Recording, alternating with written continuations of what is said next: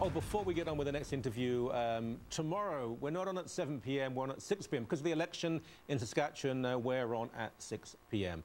But it'll be an even better show. Well, it won't, it'll just be as good as ever. However, that's what's going to be happening then. Okay, the Arab Spring.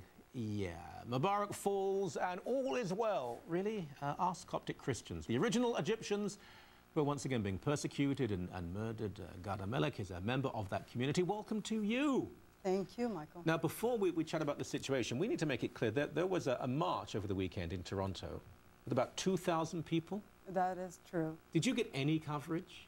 We had coverage from the different Arabic communities. We had multiple cameramen on from the local ethnic communities. But correct. CTV, CBC, City, Global. There is a chance City TV was there. I was not telling everybody, but I grasped. Well, I haven't seen any. We were supposed to be there. I don't know what happened, so our apologies for that. But it's very interesting. I mentioned there was a defund abortion rally at Queen's Park with almost 2,500 people. You had 2,000, both larger than the Occupation March. But the Occupation March got blanket coverage on every TV station. That's very sad, because unlike the occupiers who are playing silly games, this is a real thing. In the past few weeks, how many Christians have been killed in Egypt?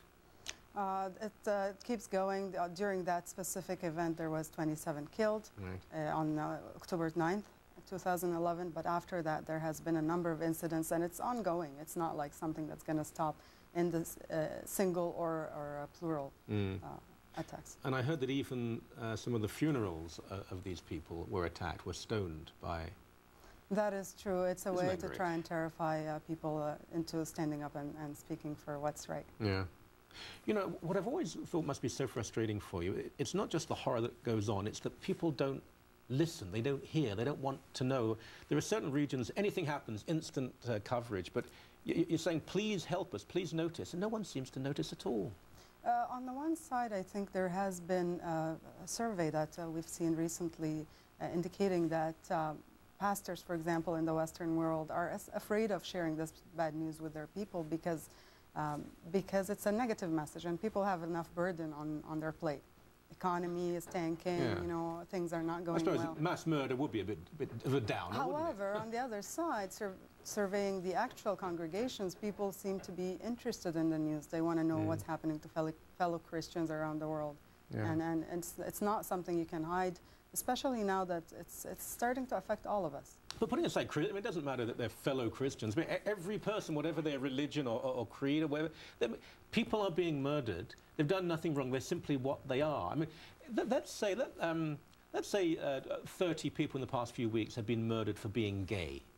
I think there will be incredible. There'll be documentaries all over the place if 30 people were killed for being Jews. Would be similar. But Christians. For some reason, the Christianity seems to be always the least of getting the attention. We're not people of trying to make propaganda with the media. We really just want to live in a peaceful world. How many Christians in Egypt? Like we said before, it's about 15 to 20 15 to 20 million. Are they all in danger at this stage? Yes, to great extent, mostly in the south. But as you can see, like we talked last time about the TV, the government-owned TV spreading lies about the Christians killing the military. And that wasn't only the TV. Actually, we heard after that it was announced in every major subway station during the attacks. It was announced on the major intersections where people would come and try and rescue the military. So as a result, there's a hate message going out from the government-owned media against Christians, and as a result, people's lives are jeopardized. So the Egyptian government, you know, Mubarak, we're told, was the bad guy, but now it's all very nice and fun and cuddly. And this government is telling people Christians are killing soldiers, and of course people rally around the army. They're spreading lies about 15 to 20 million people.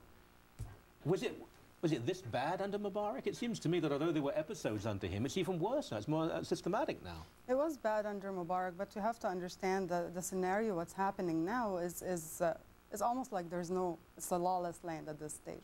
The military are not taking any action against any attacks. It's coming out in the open. It's being done deliberately and on TV. People are recorded threatening to torch all churches, and nobody's taking any action. People are recorded tearing down churches, and there's no action. it's unfortunate that from the actions of the military council, since the revolution started, it's obvious that they are siding with the Islamists, defying all the desires and the requests by all the other active powers, political parties. The majority population, the Muslim population, there must be people in that population, though, who say, this is wrong, you can't do this. And there are the complete liberal Muslims who can see the truth for what it is.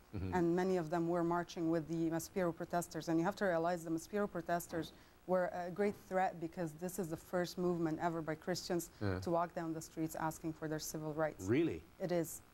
Christians have always been afraid for decades, requesting their rights inside the walls of the church.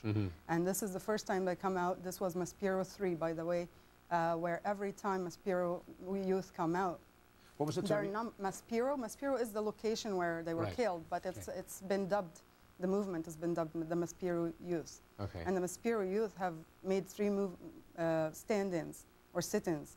This was the 3rd, and every time they come out, their numbers are increasing, and their voices getting louder, and this seemed to be a threat to those who don't want to see Egypt turning into secular society. You know what I find incredibly offensive and dishonest? It's when media, and I've seen it in Canadian media, they talk about clashes between Muslims and Christians in Egypt. It's like saying a clash between a murderer and a murder victim, between a rapist and a woman victim. 15 to 20 million in this huge country, mobs of Muslims attacking churches, beating Christians. That's not a clash, but that's an attack. Yeah, it is a violation of human rights. We've grown used to words, I think cliches, that sound easier on the ears. And this is what the media is doing, this is what the government in Egypt is doing, and it's no longer acceptable. But people are waking up now around the world. Well, I tell you, we won't let this one go. We'll continue. Maybe other Canadian TV stations will not do anything. We will continue to expose this and make sure that we stand with you. Thank you so very much indeed. Thank you very much.